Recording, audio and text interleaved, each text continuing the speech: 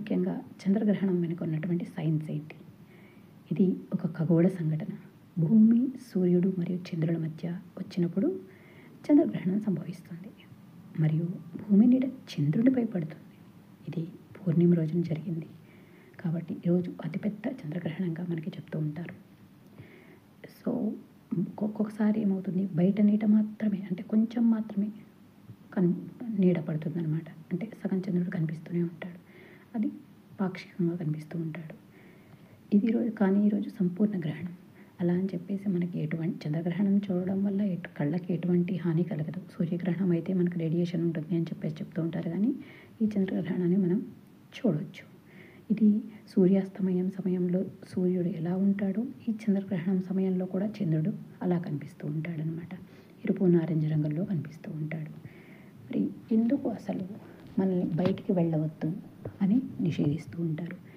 So పూర్వం మన చుట్టూ జంతువులు, పక్షులు, అన్నీ ఉండేవి. సో ఈ రోజుల్లో పక్కింట్లో ఏం జరుగుతుందో ఎవరికి తెలియట్లేదు. కానీ బిల్డింగ్లు అయిపోయాయి. కానీ ఒకప్పుడు మనం సహజీవనం చేసేవాళ్ళం వాటితోటి. సో ఏమవుతుంది, ఈ అమావాస్య, పౌర్ణమి, గ్రహణం ఉన్న సమయాల్లో అవి వింతగా ప్రవర్తిస్తూ ఉంటాయి. సో ఎవరికి ఏ హాని కలిగిస్తాయో అనే ఉద్దేశంతో మాత్రమే మన పూర్వీకులు బయటికి వెళ్ళవద్దు అని చెప్పేసి చెప్పారనమాట. సో సూర్యుడు, భూమి మరియు చంద్రుల అమరిక ద్వారా ఇది జరుగుతూ ఉంటుంది. సౌర కుటుంబంలో జరిగేటువంటి మార్పుల వల్లే ఇది సంభవిస్తూ ఉంటుందన్నమాట. ఈ హానికరమైన రేడియేషన్ చంద్రుడు మనకేమీ ఉండదు. గ్రహణ సమయంలో రాహుకేతువులు చంద్రుడిని మింగేస్తారు అని చెప్పేసి, ఆహార సమయంలో ఆహారము, పూజ మరియు బయటికి వెళ్ళకూడదని చెప్పేసి చెప్తూ ఉంటారు. మనం మామూలుగా చెప్తే వినం కదా, దానిలో ఏదో ఒక ఇమాజినేషన్ ఊహించి చెప్తే కానీ మనం నమ్మలేం. చందమామ రావే, జాబిల్లి రావే అని చెప్పేసి అమ్మ అంటూ ఉంది. కానీ నిజంగా తిరిగి రాదు కదా, కిందికి రాదు కదా.